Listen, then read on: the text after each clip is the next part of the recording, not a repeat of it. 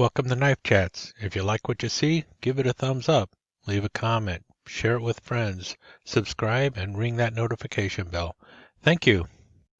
Okay, before I actually start talking about this knife in detail, I want to explain that I did not purchase the High Plains toothpick. It was actually given to me by the folks at Smoky Mountain Knife Works.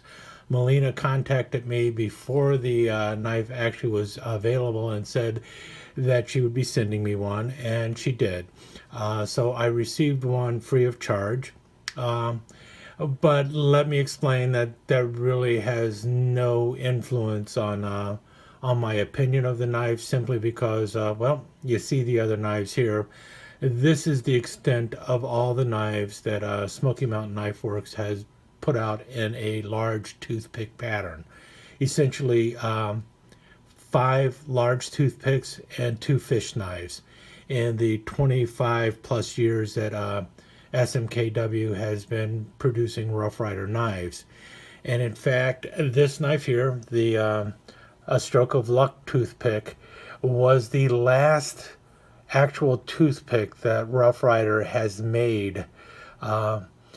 And that was back in 2013 or 2014. That's how long ago this knife was made, and they have yet to make another proper toothpick until the High Plains Genuine Bone Series toothpick came out. Now, since 2014, they have come out with this knife, a red jig bone fish knife. And as you can tell, it's one of those fish knives that has a secondary scaling blade. And the same with this one here. This is in the copper series, or copper bolster series, with the black smooth bone. And this is also a fish knife. It is not a proper toothpick. And I probably even sent SMKW a note at that time saying, stop teasing me with these fish knives and bring out a proper 5-inch toothpick, because I know a lot of people look at these and say, oh, toothpick, but it isn't a toothpick. This is a fish knife. A toothpick is a toothpick. A fish knife is a fish knife.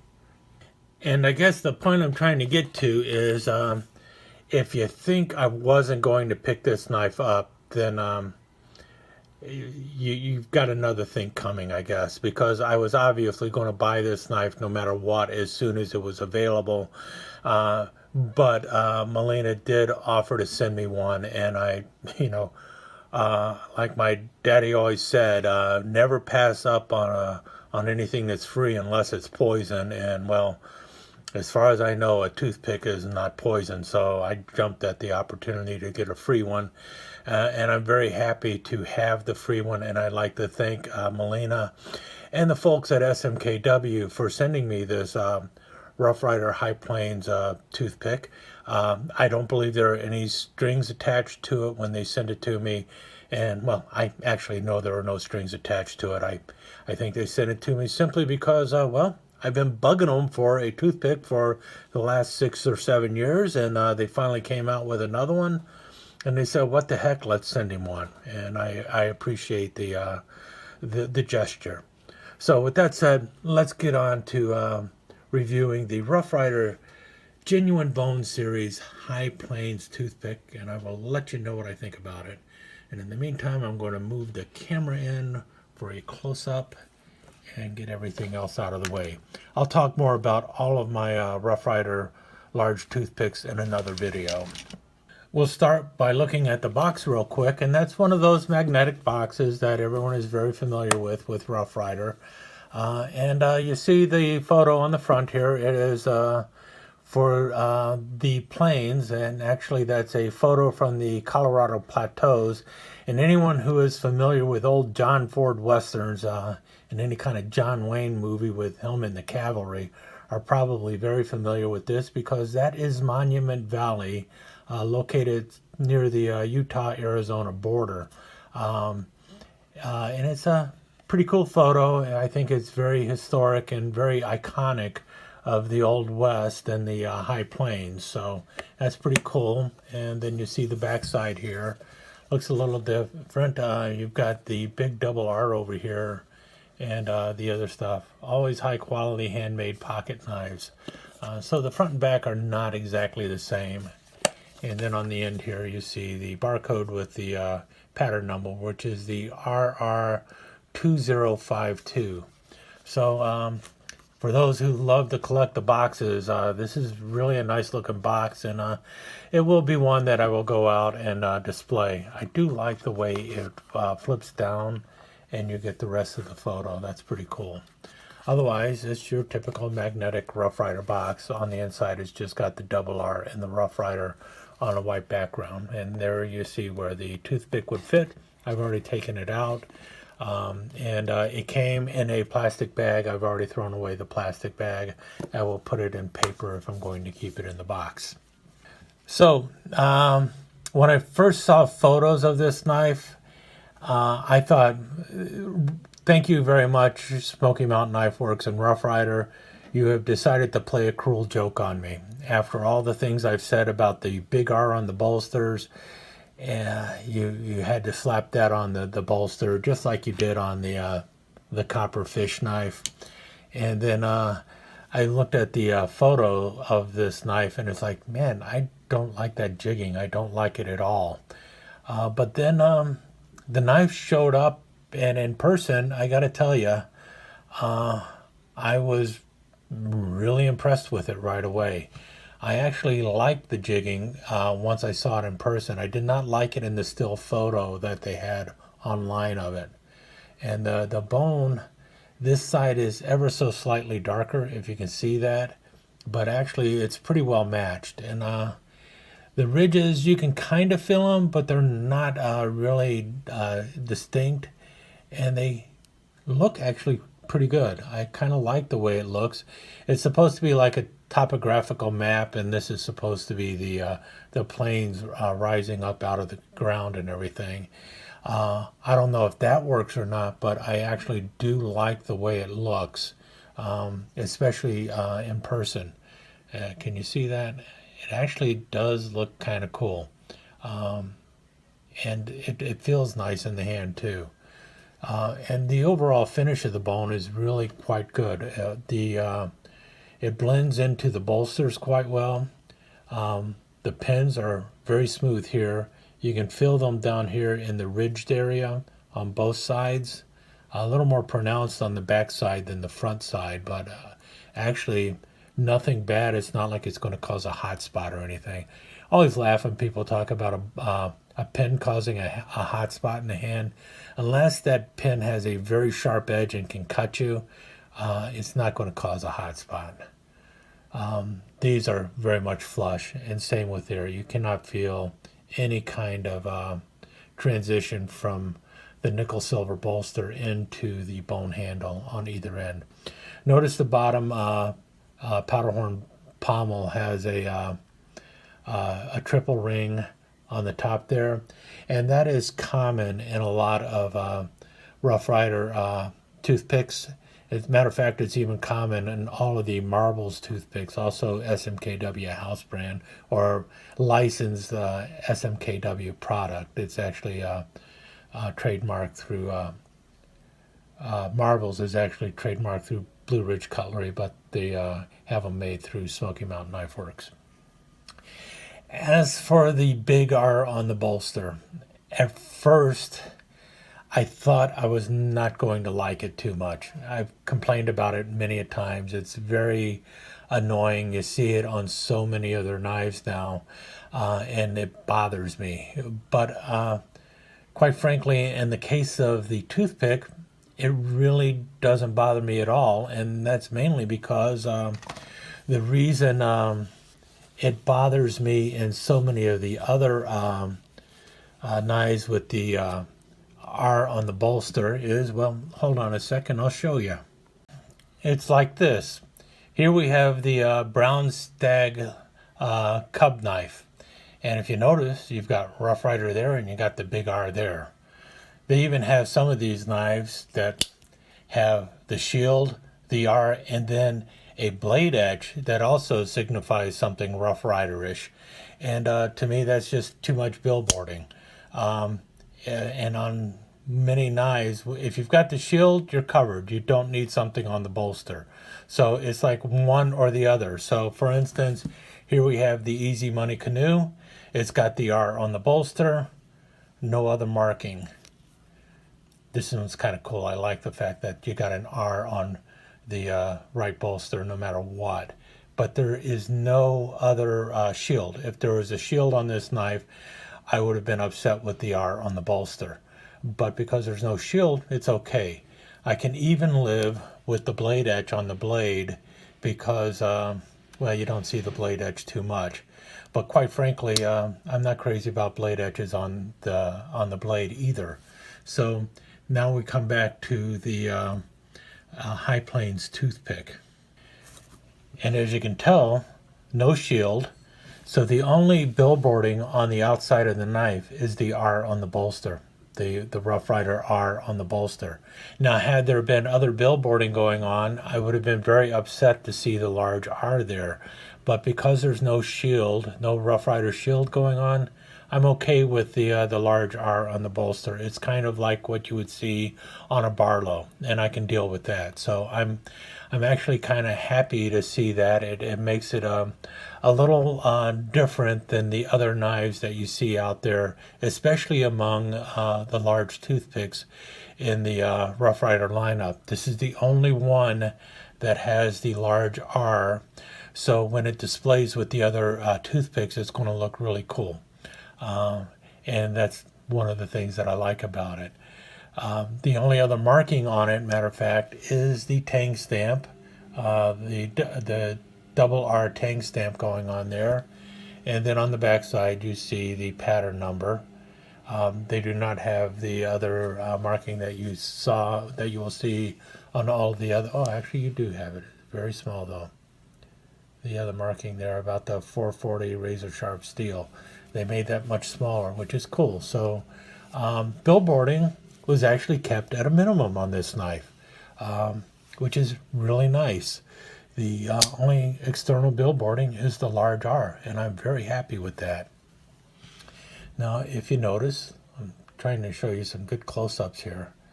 The fit is really excellent on there.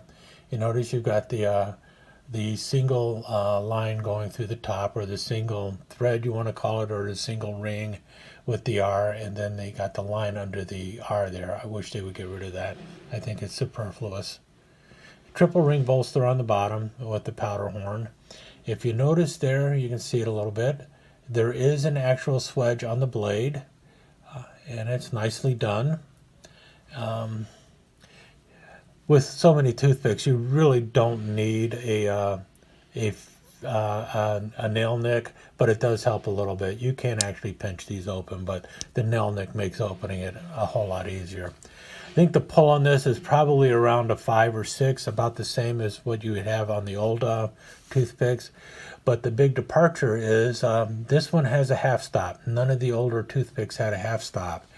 And hopefully that's a good sign that Rough Rider is planning on investing in other large toothpicks, because they went out of their way to go ahead and put a half stop in the lineup. So, and walk and talk is really quite good. If you notice, the blade definitely favors the show side when it drops in there. Looks like it might be touching, but I don't believe it is. There's absolutely no grinding going on or anything, either in the pivot. I don't feel any kind of rubbing of the blade when it's hitting. There is definitely a good kick going on. You see there, you can definitely get that blade down quite a bit, so you don't have to worry about it snapping shut. It's not hitting anything except the kick hitting the back spring. And as we know, it's a 448 stainless steel, nickel silver bolsters, brass pins, and brass liners. And if you notice the bone going along there, there are no cracks or anything, and it is flush with the brass. Same with the front side. Let's open her up and see there. Very much flush with the brass. Really nice liners. Good coloring on the nickel silver going on too. No cracks around any of the pins Yeah, all in all, just a fabulous build and really good action going on. I have not cleaned this. I pulled it out of the box. I've opened it probably a dozen or so times, but beyond that, nothing was done with it. So opening and closing is fine right out of the box, at least on this knife. I doubt they sat around and handpicked this. They send a note down to the warehouse and say, "Hey, send a knife out to so and so." That's what happens. They don't sit there and handpick something from their desk and then throw it in the box for me. That's not the way they work. And really, just a great little knife. I'm very happy with it. And what I plan on doing is picking up 2 or 3 more. So there you go. They they sent me one, and that has not stopped me from even thinking about buying more of them. I'm definitely going to be buying more. One for my pocket, and then one for the collection. This one will probably be in the collection. And then I will probably buy even more of them as giveaways from the channel. So that's what I plan on doing with the High Plains toothpick. It's really an excellent knife. And if you're looking for a toothpick, and if you're a toothpick fan, and if you're a Rough Ryder fan, if you're looking for something you just don't find that often in the Rough Ryder lineup, consider grabbing this, because I have a feeling these are going to be one and done. They're in the High Plains series, so once that series is done, these knives will also be done. This is not something that they put out in white smooth bone or in the yellow Delrin or anything. So these are not something that you're going to see sticking around forever. Once the High Plains series is over with, the large toothpick will also be gone, and depending on how well they sell within the High Plains series, will determine if a Rough Ryder is going to make any more. I would love to see these in white smooth bone, even with the large R on the top there, because that would mean you'd have a knife that you could dye just about any color you want if you had it in white smooth bone. So that would be my suggestion for Rough Ryder, and also my suggestion to the people who are interested in large toothpicks from Rough Ryder.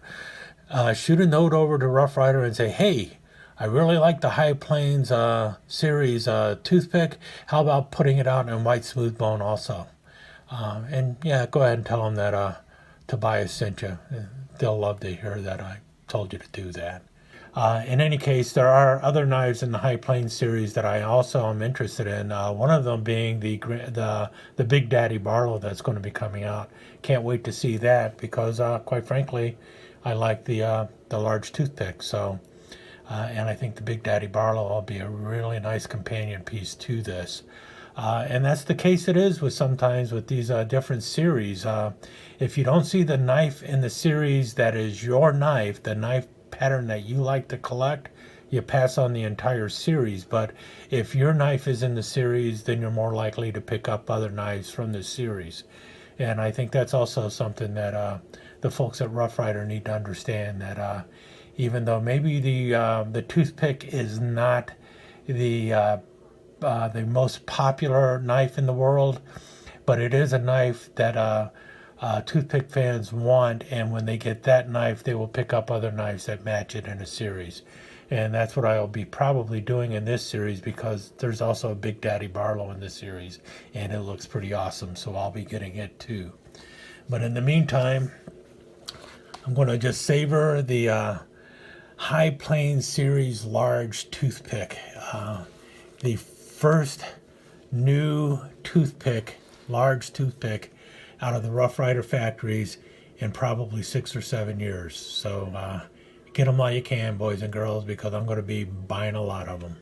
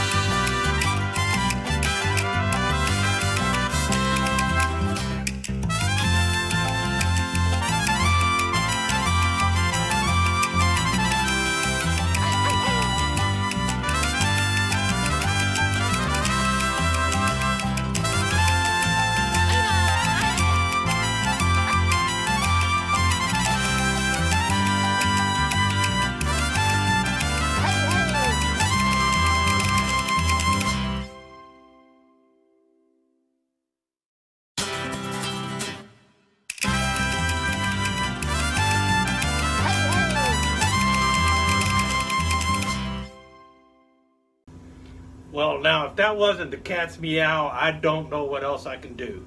Hope you enjoyed the show. If you did, please leave a comment. Even if you didn't like it, leave a comment. Give me that thumbs up. Give me that thumbs down. Looking forward to it. And if you really enjoyed the show and want to know what's coming up next, go ahead and subscribe and ring that notification bell. Kitty says hi. Talk to you again soon.